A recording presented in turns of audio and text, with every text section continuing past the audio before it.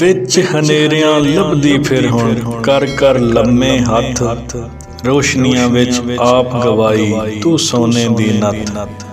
कौन आ तैनू कित्थे मिलिया देवां की जवाब यादां दी पूथी ते बह के पिछले बरक उलट। दूर उफक ते मिल जांदे ने धरती ते असमान अपना आप पछाणन खातर अरशों थल्ले लत।